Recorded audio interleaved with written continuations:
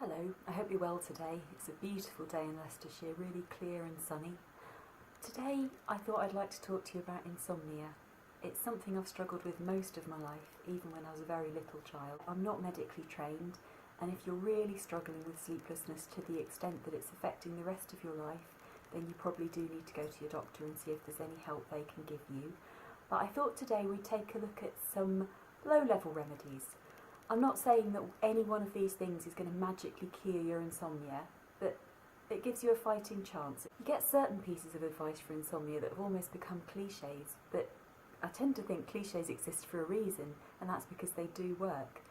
If you like milk, which I personally don't, a hot milky drink before bed really can help you nod off, and it's because it contains a chemical called tryptophan, which is known to settle you down and help you sleep.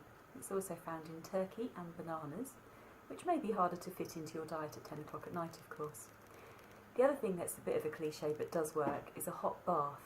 And the reason for that is that when you fall asleep, your body temperature drops a couple of degrees, and it's that helps you nod off. So if you artificially elevate your body heat by having a hot bath, then when it comes back down, it will naturally make you feel more sleepy. And happily, there are lots of lovely things you can put in the bath these days that will further help you to drop off. These little oils are from a company called Aromatherapy Associates, and they are quite expensive. This one's called De-Stress Mind, this one's called Inner Strength. But if you want to get something really nice for a Christmas present, they are a lovely treat. They smell wonderful, and they really do seem to work. This is a cheaper option. This was from Waitrose, I think. It's called Zen Spa Sleep Therapy Bath Soak. Generally all these things are based on lavender, so if you can't stand the smell of lavender, you may be in trouble.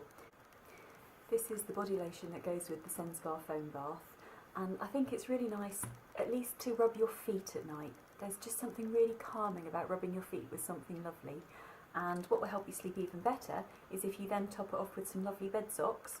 These were from a friend at Christmas. They have little fox faces on. I find that it's really hard to sleep with cold feet, and I think they did some research, I can't remember in which country, but they proved that if you have socks on, your partner might not be very happy, but you will sleep slightly better.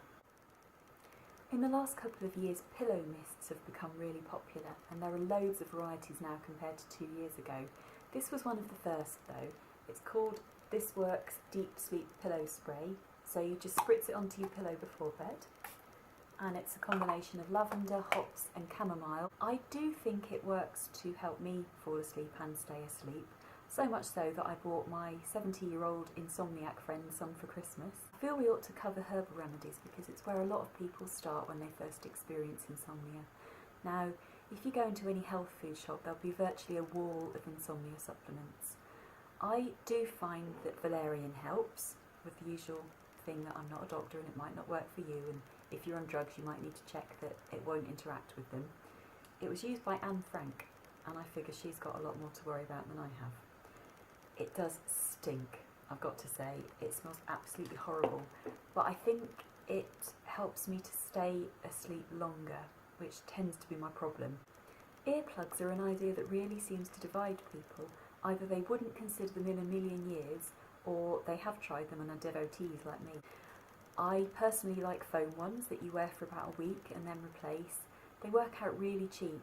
I got this off Amazon for about £10 and there's 60 pairs in there, so it's more than a year's worth. Earplugs don't block out every single noise. It's not like you won't be able to hear your smoke alarm or somebody calling for you or a baby crying. It just takes the edge off and makes it that little bit easier to sleep through, in my experience anyway. You do have to experiment a bit to find the best pairs for you because it depends on the shape of the earplugs itself, the shape of your ear canals, whether you've got little tiny ears or quite wide canals. You can get them made of foam or silicone or even metal ones or wax ones. There's a company on the internet called Snore Store, which I shall link below, and they do a selection pack, one for women, one for men. I think it's £15 delivered, and you get a real variety of earplugs to try to see what works for you. You might find it useful to have a notebook and a pen by your bed. The idea of this is that if you have a sudden thought at 2 AM, rather than think, oh, I've got to keep that in my head until I wake up, You can just write it down and forget about it and get back to sleep. There are other ways to use notebooks in helping you get to sleep though. I used to run a young carers club in the evenings, and although I loved it and always had a really good time, I was just buzzing when I got back. And I found that writing down everything that had happened was a good way of getting it out of my head, so I was more prepared for sleep. And another nice way to use it is that you can start doing a gratitude journal. Now, if you're in a really tricky caring situation, it can be really hard to find anything to feel grateful for. So having a gratitude journal is quite helpful. The idea is that you write down 3 or 5 things that have made you thankful that day. It's a nice thing to do before you go to bed in terms of putting you in quite a good mood. But the other good thing about it is that you spend the day then looking for these 3 or 5 things to feel grateful for. Finally, I'd like to talk to you about your smartphone or tablet and how this can help you get to sleep. iPhones certainly have a setting where they produce a warmer light as the evening draws on, because the blue light that's emitted from a standard phone screen interferes with your melatonin production, which is a hormone that helps regulate sleep. I just want to show you how to actually do that on your phone, so if it's a bit wobbly, I'm sorry, it's because I'm holding the phone in my other hand. So if you go into the settings on your iPhone, and then you click display and brightness here, do you see it says night shift sunset to sunrise there? Night shift automatically shifts the colours of your display to the warmer end of the colour spectrum after dark. This may help you get a better night's sleep. While I'm showing you my phone in this rather wobbly way, I'd just like to share with you this app. It's called Calm. It is a subscription app, but you can get a free week's trial to see if it's any good for you. And what it does feature down here is these sleep stories. So there's hundreds of them, and I think you can get about 10 if you just have the trial version. The idea is that you don't make it to the end of the sleep story, so they are read by people with very soothing voices, because we all like a bedtime story, don't we?